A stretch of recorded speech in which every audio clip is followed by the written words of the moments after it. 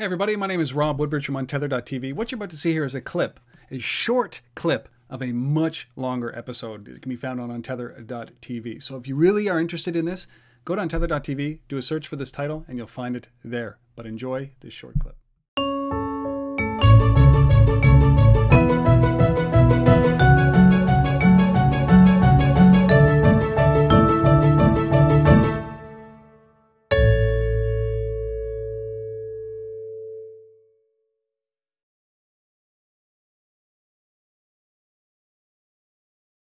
This is Andrea Sanchez, who is the founder of Beergram. Andrea, thank you so much for being a part of this. I appreciate you coming on.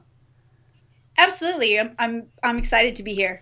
Well, beer is at the heart of every Canadian. So anytime we can receive or send beer, it is part of our, it's basically our currency right up here. So I'm very fascinated by what you're doing. I'm fascinated by some of the things that happened around South by Southwest this past year. And I'm fascinated around your business model, and I'm trying to understand how you came to be and the tactics that you implemented and the lessons that you've learned. And we've got a very short period of time, so we're going to dive right into it. I'd like to know where you come from. You are in Austin. That's all I know about you. So can you please fill everybody else in? Yeah, so I'll try to keep my very long story brief. I graduated from UT. I'm a UT graduate and worked as a broker in the oil and gas space for about 6 years. And in doing that, I decided to go to law school. It was part of my job. Yeah, I was.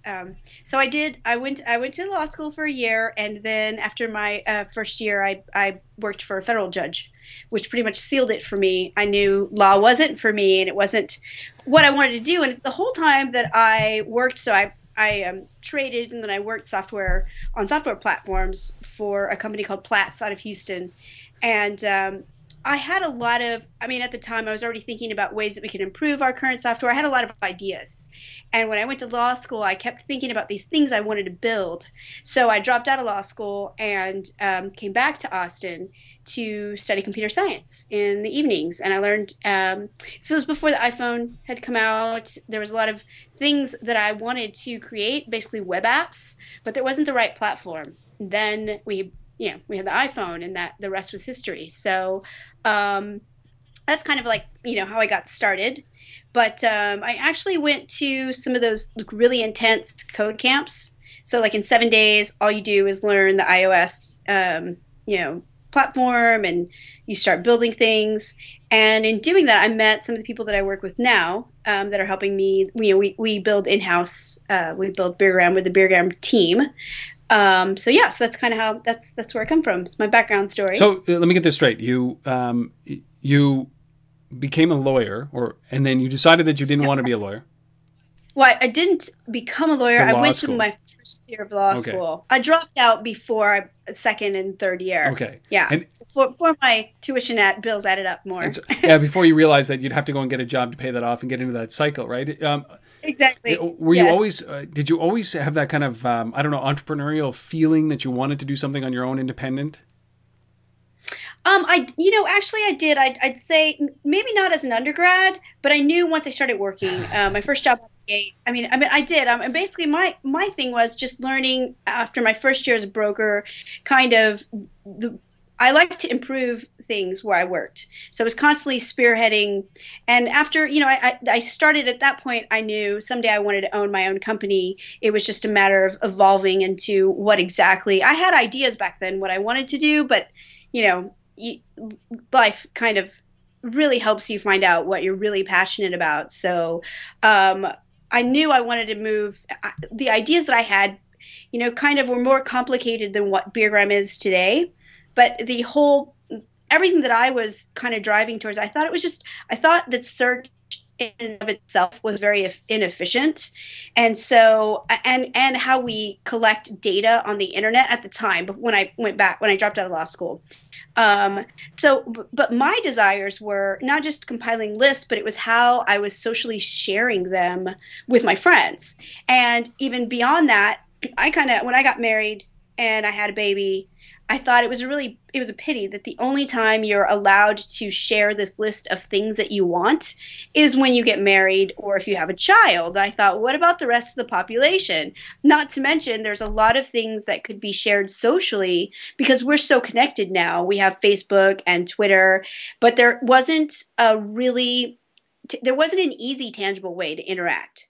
So if I'm friends with you and we're engaging every day, but you live in another state, which is very common for a lot of people on Facebook because half their friends are from high school.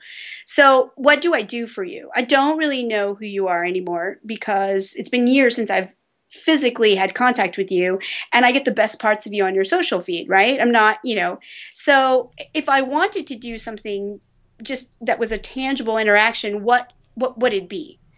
And how do I get away with doing that several times a month, not breaking my wallet? And please don't make me shop online. That was the other thing, is that I mean, like if you just, going into data and looking at how much sales brick and mortar, they'll do like 8% from online, majority comes from in store, but people have a better experience online because they get ratings and reviews, et cetera, et cetera. But nobody really enjoys doing it. So shopping for your friend is even harder. So for me, there's a couple of things. It's beer, it's craft beer, and it's coffee because I'm also a big, then there's wine, there's whiskey, and there's lots of other these goods that they're groups. They're groups of goods, right? That people yes, become, yeah. Either experts in or attached to or addicted to. Yes. But Yeah. like they're almost they're hobbies sometimes, aren't they? Yeah. Yes. And they're very passionate about, like, for example, just if you look at the craft beer industry and what's been going on, what's been brewing, for several years. Currently in the US, there's about 2,400 craft breweries, and there's over 1,300 slated to open in 2013 alone. So you have this really dynamic market where people are looking for that small batch brew. When is it going to be available? And it becomes like, I call it baseball cards for adults, basically, because you want to not just taste it, but you want to collect that moment and you want to share that moment. So we have like this two-layered model where people are able to do something that we call social touch. It's inexpensive, it's accessible. So you're not, the friend that's receiving it gets this really cool experience because the Beergram, you buy it via the app, and it's sent to their mobile, and so they can redeem it whenever they want. The Beergram actually lives on the iPhone, and you're, as a friend, to treat somebody socially, you purchase it within the app.